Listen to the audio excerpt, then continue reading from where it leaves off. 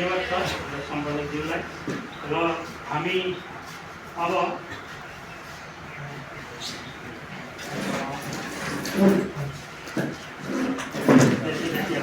त्यसै व्याख्यामाथि दुई कुरा वक्तव्य हाम्रा उपदेष्टा श्री सम्बोधित साहबज्यूलाई म राख्नुलाई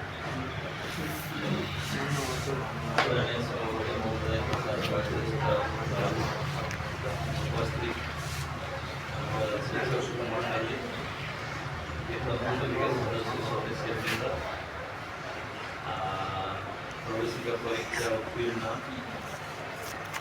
हुने हाम्रा विद्यार्थीवर्ग साना नानीहरू विशेष गरी यो कार्यसूची यहाँ राख्यो के भनेदेखि सभामा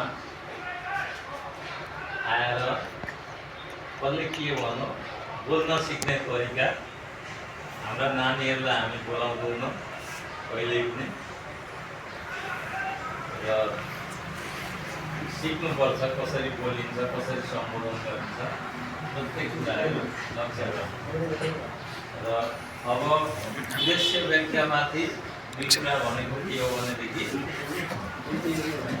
2025-26 वर्षको प्रवेशिका परीक्षा शिक्षान्त परीक्षामा सफल हुनुभएका हाम्रा गाउँका 5-6 जना विद्यार्थी सबैले उत्तीर्ण हुनुभएको छ। त्यसमा पनि हाम्रो गाउँबाट अहिले प्रथमपल्ट 90% माथि अगाडि भेटेको थिएन नि कसैले 90% एबभ 90% एबभ क्रमाङ्क पाएर हाम्रो जुगान दाहालले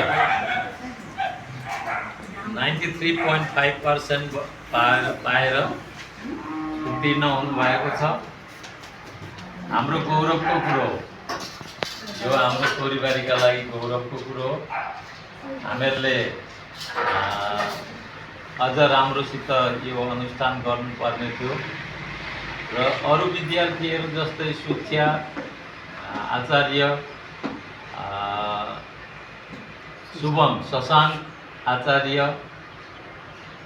र के थियो नाम रविन गोविंद वाग्ले चिन्मय भट्ट अरूको थियो सुजल शर्मा सुजल शर्मालाई पनि निम्त्याएको थियो नआउने अरे त्यस्तो अरू जोड लाउनका लागि चेष्टा गर्नुपर्छ। मेट्रिक परीक्षा एउटा गेट खुलो त्यहाँबाट त्यो गेटले अब पढ्न पाइन्छ हायर सेकेन्ड्रीको परीक्षा पढेपछि धेरैवटा गेट खोल्छन्। फेरि यो गेटले अलिकति खोलिदियो त्यो गेटले सम्पूर्ण खोलिदिन्छ। त्यही कारणले आज हाम्रो गाउँका गौरव जसरी पास गरे पनि जे भए पनि हामी खुसी छौँ। कसैले उत्तीर्ण हुनुभएकोमा कसैले फेल गरेको छैन होइन। हाम्रो गौरवको कुरो अगाडि धेरै फेल हुन्थ्यो, थर्ड डिभिजनमा पास गर्दा पनि खुसीको कुरो हुन्थ्यो। अहिले फर्स्ट डिभिजनमा पनि हाइएस्टको हुन्छ। यतातिर हामी विचार गर्दछौँ जे नि होस् हाम्रो कीर्तन मण्डलीमा आज हामी सबै भेला भएर उनीहरूलाई अभिनन्दन र भविष्यका लागि